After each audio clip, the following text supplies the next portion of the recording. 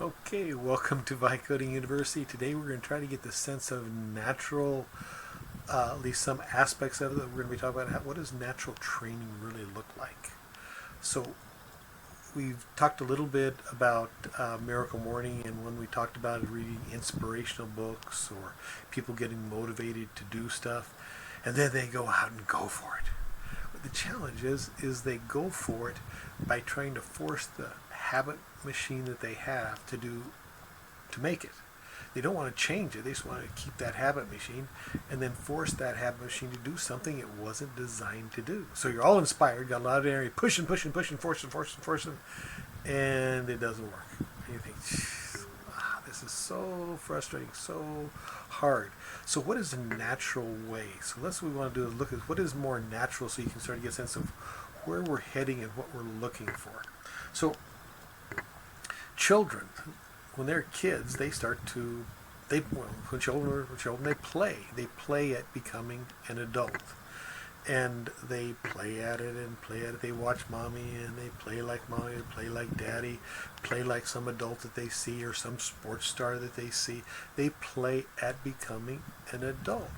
Okay, and they mess up, they do all sorts of crazy stuff, but it's all in place, so it's no big deal. See, messing up is no big deal. Oh, see, as long as it's in play. So you got to remember, in training, part of training is play. So we're going to try to talk a lot about play and how, as an adult, this all might work for you.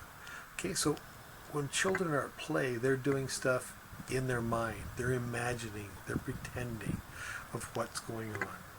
Okay, but we're trained to not imagine, to grow up and quit pretending and quit having dreams and things of that nature. So one of the things we have to maybe undo a little bit is that training. We need to learn how to play again. But what we're going to do is try to design that play so that it may support us. Okay?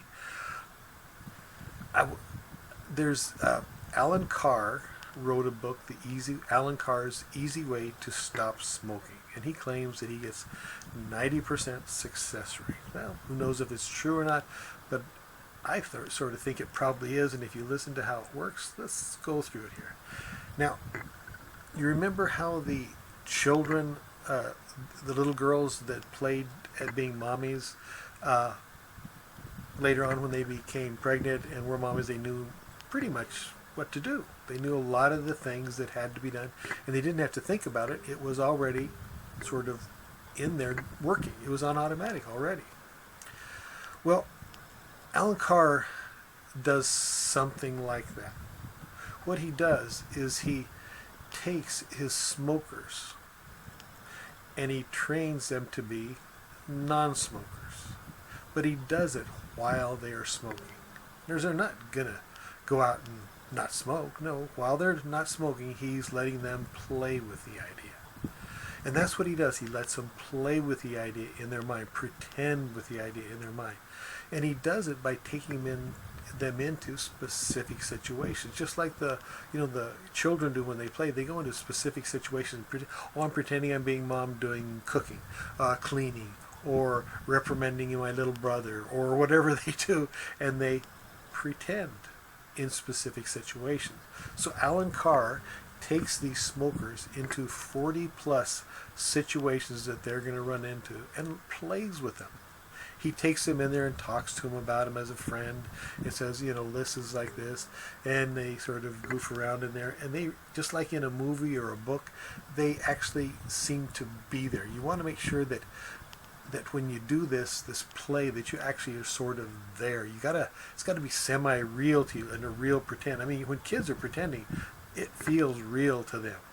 So when you're playing or pretending, it's got to feel somewhat real to you. Okay, so let me step back just a little bit so we can do this a little bit. So how many people ruminate? Do you know what I mean by ruminate? Think the same thoughts over and over again? You get mad at your coworker. I'm so mad at him. He did this. I'm going to get him. And you start thinking of all the things that you could do because you're so mad at him. Well, that's rumination. Or if you're a warrior, you think, oh man, this could happen. We could lose our jobs. We could be on the street. And they start imagining being on the street, feeling hungry, and how pathetic it is, and everything. It feels really real to them. Okay, that's play, but it's play then, shall we say, not very productive play. What we're going to try to do is, remember, we're trying to design something, just like Alan Carr did, and take ourselves into a place such that the play produces in us habits and things that we could do that actually, when we get in those situations, we could actually get started on. So that's what he did. So Alan Carr took us into these. So if we're okay, so is everybody with me there? So we got to get these videos, imaginations, these pretend plays working for us. Now, it's said that Michael Fleming, the Olympic gold medal winner, is that he used to do something similar to that when he was training. He would run up against something that he saw could be improved or wasn't working right, his turn, his losing his goggles underwater, if he jumped in, what would he do?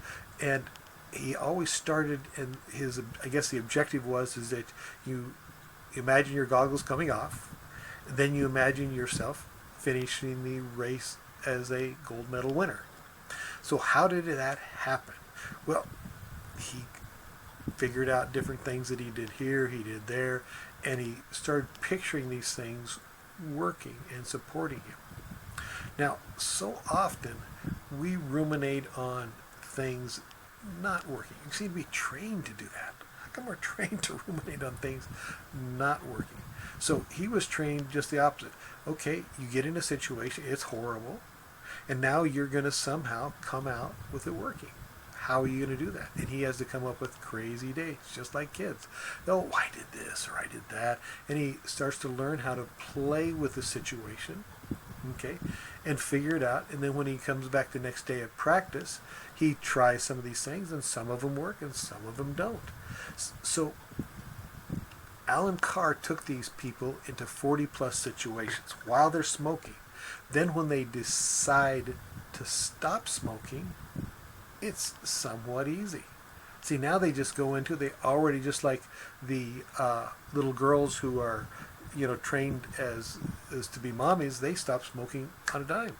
Well, these people don't do much different. It's a little challenging, but they get into those situations and they already have a head start and already sort of know what to do. See, they're reading it, and they probably, during their work while they're smoking, they start to see these things happening, and they start to say, oh, I could do this, and they're still smoking their cigarettes. And so now they're sort of working these things out. And when they actually get there, it's actually somewhat easy for them to do. A lot of people, they need to be taken by the hand, sort of walk through it. So the kids that learn how to become, welfare kids learn from their parents how to become welfare adults. And basically their mom walks them into the welfare line, walks them through this, and shows them exactly how to do it. Mediocre people get trained how to be mediocre. Snobbish people get trained how to be snobbish from their parents. But they walked in there, they show them how to do, and they get this image, they play with it a little bit, and back and forth until they finally accomplish it. So these are sort of the natural ways that things happen, and then later on you go, well, how did that happen? Well, this is it. You first sort of observe, see how things work. If you're looking to you see how things work, and then if you're taken by the hand for some successful way, you start picturing or playing with it a little bit, of which you could do, and then when you get in a situation, it's actually not that hard for you to do the things that you've already sort of worked out in your mind and figured out how to do. Okay, this is just to give you a sense of this. Remember, we need to take this one step at a time at different levels. We're sort of at level 1, and now we're heading into level 2 training, where we start to do this playing and picturing thing. Level 3 would be when we start to test it a little bit, experiment a little bit, when we're taken by the hand with somebody else, or sort of look at it while we're still smoking, so to speak, and check things out. That might be a level 3. Then level 4 is when we're actually on our own and we're going for it. Okay, so level 1, 2, 3, and 4, just a quick glimpse at what natural sort of looks like. Again, when you're with friends, friends are great. That's a lot of times. What do they say? It's the people you hang around with. That's who you're going to become, because they train you. You first observe them. You see what they do. You see things that you like. You then go, oh, that's how they do that. I sort of like that. Then you sort of play around within your mind. Then with them, you sort of goof around with doing it. And the next thing you know, you are doing it. Okay, so this is sort of the natural way that things happen. But notice we haven't talked about starting out with an objective or goal. Oh, this is an astronaut training, or this is this training, because you want to become this person to accomplish this goal. So still we're sort of looking at the sort of haphazard way we get trained. So we're still aren't on quite the objective or intentional way. So we still need to start out with the goal, come back, design, and then implement a training that's going to get us to where we want to go. But we're looking at least at the natural processes that we may want to use to get there. Okay, Vicoding training, Vicoding University, training humans to train themselves. Okay, thank you so much. We'll talk to you later.